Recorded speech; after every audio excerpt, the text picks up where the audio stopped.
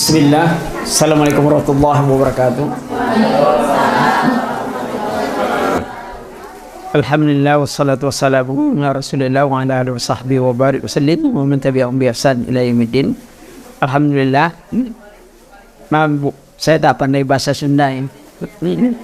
Tapi bahasa saya mudah-mudahan Ibu ngerti juga ya. Bahasa Melayu ngerti ya. Asal jangan saya Melayu aja gitu. Jadi dia bahasa Sunda tadi saya tak ngerti sama sekali. Benar-benar saya tak ngerti. Ya.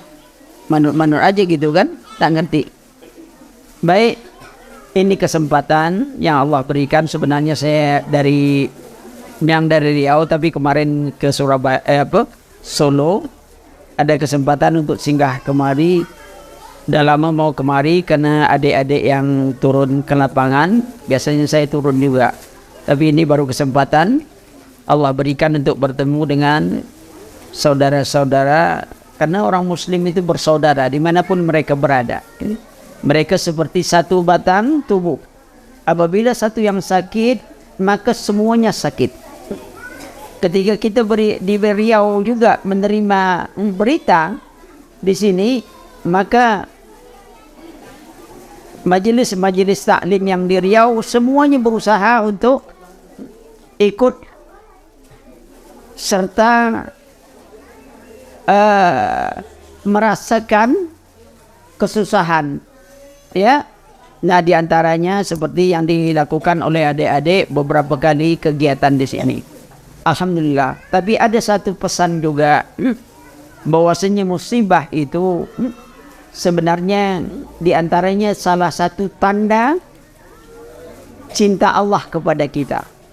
Karena Nabi sebutkan, kalau Allah menyintai satu kaum, maka Allah datangkan ujian pada mereka. Kalau mereka menerima ujian itu dengan sabar, maka Allah akan tingkatkan iman mereka. Tapi kalau dia marah, nanti Allah tambah marah lagi. Allah tambah murka. Maka itu jangan heran, ya. Kadang-kadang kita, ini daerah kita Islam banyak, tapi datang musibah. Sementara ada daerah lain yang mungkin tak ada Islamnya, kok tak timpa musibah?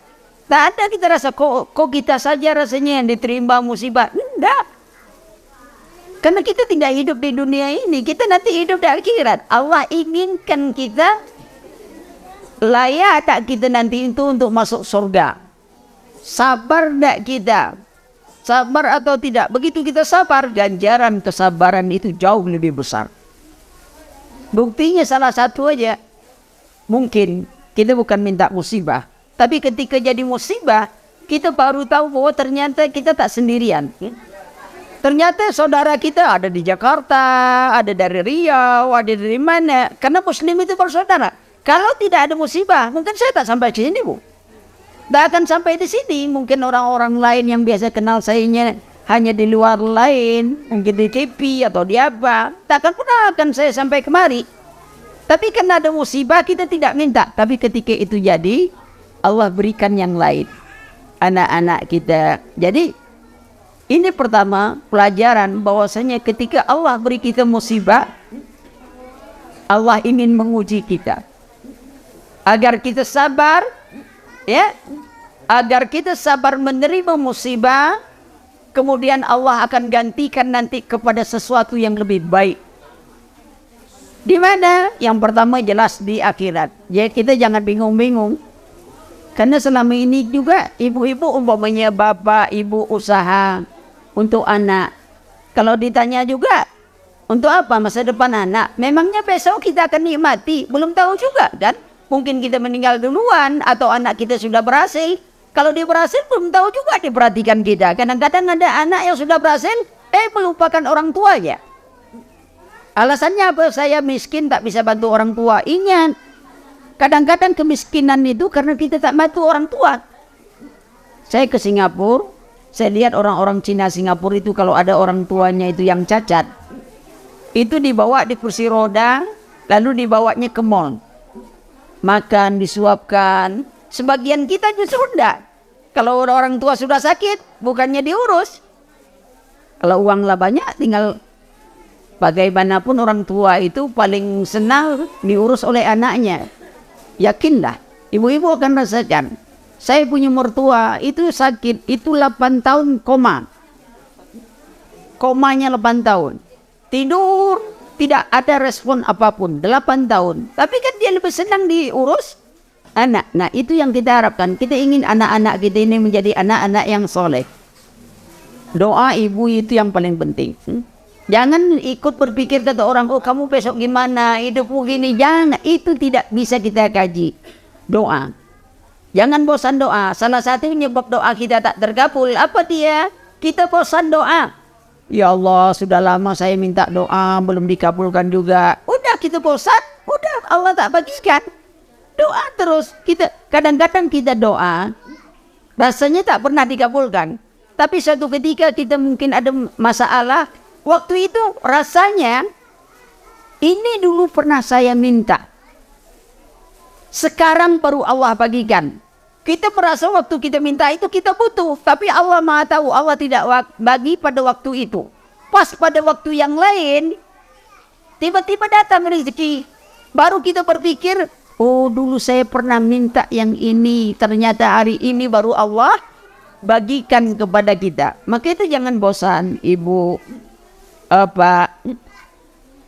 Kalau wanita sudah jelas dalam Islam lebih mulia, kedudukannya mulia. Wanita bisa masuk pintu surga dari pintu manapun. Hanya 4 syaratnya. Puasa, sholat di bulan puasa bulan Ramadan, sholat, kemudian menjaga kehormatannya, taat pada suaminya. Silahkan dia mau masuk pintu surga manapun, kata Allah. Senangnya itu. Banyak pun uang. Orang tidak dimuliakan Allah dengan uang, Bu. Beruang kan lebih banyak uangnya daripada dia. Namanya saja beruang. Berapa banyak itu beruangnya? Belum lagi beli bis. Loh, kalau beruang kerjasama dengan beli bis, berapa banyak bis yang dibelinya? Nah, jadi tak ada kita. Apa yang mau kita banggakan? Mungkin ibu-ibu kenal dengan kopi luwak. Mahal enggak? Iya kan? Kalau orang Riau ada kopi luwak, ada kopi awak. Awak itu bahasa Riaunya kita, saya. Kalau kopi awak itu artinya kita telan kopi, kita keluarkan kopi lagi. Nah, kira-kira yang mana yang dibeli orang? Kopi luwak atau kopi awak? Bahaya kalau makan kopi awak itu. Kan sudah telan kopi, keluar kopi lain lagi rasa kopinya itu. Ya, kalau ada yang mau makan, tidak. Orang angin aja yang keluar, kita tak mau nerimanya. Mana ada yang mau nerima angin keluar? Tapi Allah tidak hargai. Allah tidak hargai orang dengan cantiknya, tidak hargai dengan hartanya. Ya milik Allah semuanya. Akan tetapi iman. Nah, ini kesempatan hari ini kita temu ibu-ibu, anak-anak, moga-moga merasakan senang, gembira. Ya, jangan jadi beban bagi anak-anak terhadap musibah itu. Kita berusaha agar anak-anak kita tetap bisa mendapatkan kenikmatan. Artinya dia tetap bahagia. Karena kita sayang anak. Ketika anak-anak kita ini musibah, anak kita juga jadi stres karena musibah. Apanya, biar dia lupakan dengan apa yang layak untuk mereka. Adapun kita, orang tua, tetap berusaha. Ini hari ini kawan-kawan yang bergabung dalam kegiatan, mungkin mereka akan menyampaikan apa yang diamanahkan dari saudara-saudara kita yang lain. Mungkin nilainya tidak banyak. Nilainya tidak banyak, akan tetapi rasa perhatian mereka yang ingin diberikan hanya karena Allah Subhanahu wa taala. La nuridu minkum jazaan wala syukura. Kami tidak ingin dari kalian, kata Disu, balasan. Tidak juga terima kasih, hanya diharapkan ganjaran dari Allah Subhanahu wa taala. Berharap doa. Karena doa orang dalam kesusahan itu doanya yang makbul. Di antara doa yang makbul adalah orang yang dalam kesusahan dia berdoa. Ini saatnya kita dipanggil oleh Allah dalam kata apa? Untuk merenung kita, apa kita selama ini. Apakah kita juga ada kesalahan pada teman tetangga? Bayangkan, sudah musibah datang, hubungan kita dengan saudara dan tetangga juga jadi tidak baik. Berapa rugi kita tuh? Musibah datang, tali silaturahmi putus, persaudaraan hilang. Kita tidak hanya hilang harta, kita mau marah. Memangnya kalau kita menangis teriak-teriak, kalau rumah kita roboh, memangnya kalau kita nangis teriak-teriak rumah kita jadi bangkit lagi? Tidak. Allah kasih jalan sabar. Sabar, insya Allah nanti Allah ini panjang waktu panjang. Nabi rumahnya saja Rasulullah itu 3 bulan tak makan, Bu. Hanya makan kurma setiap hari. Kita masih makan itu. Rasulullah kalau dia mau gunung pun bisa jadi emas, tapi tidak, dia tidak makan. Tidak makan. Berapa istri Rasulullah yang disuruh itu? Tak ada di rumahnya makanan. Kita masih ada makanan, ya. Kita masih itu. Nah, semoga ini bermanfaat bagi kita semua. Semua musibah yang datang menjadi pelajaran, dan kita berharap Allah menggantikan. Doa agar Allah menggantikan musibah kita itu dengan yang terbaik. Kita tak tahu apa yang terbaik dari Allah, tak tahu. Ya, kita minta ganti yang terbaik. Beberapa berdoa, ya Allah gantikanlah musibah kami ini, beri kami kesabaran, gantikan musibah ini dengan sesuatu yang terbaik untuk kita di dunia kita, akhirat kita. Ini saya lihat banyak anak-anak gitu. Alhamdulillah kawan-kawan juga kasih, anak-anak kita senang, walaupun nilainya mungkin apa, semoga itu bermanfaat.